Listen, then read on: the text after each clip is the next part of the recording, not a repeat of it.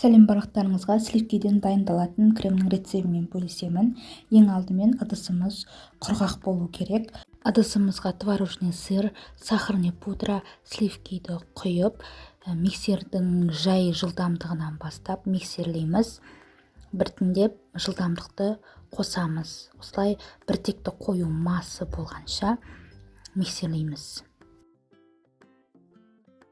Кремнің қоюлығы ыдысты төңкерген уақытында түсіп кетпейтіндей болу керек. Осымен креміміз дайын. Кремді кез келген тортқа пайдаланса болады.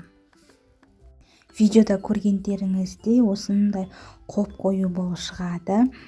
Қалауларыңыз бойынша түрлі өрнектер салып, гүл салып сәндесеңіздер болады. Ескеретін жағдай, крем осындай қою болу үшін сливкиміз 33-35%-дан кем болмау керек. Егер 33%-дан төмен болатын болса, сүт сияқты сұп-сұйық болады. Сливкиді пайдаланар алдында кемінде 1 тәулікте холодильникте болу керек.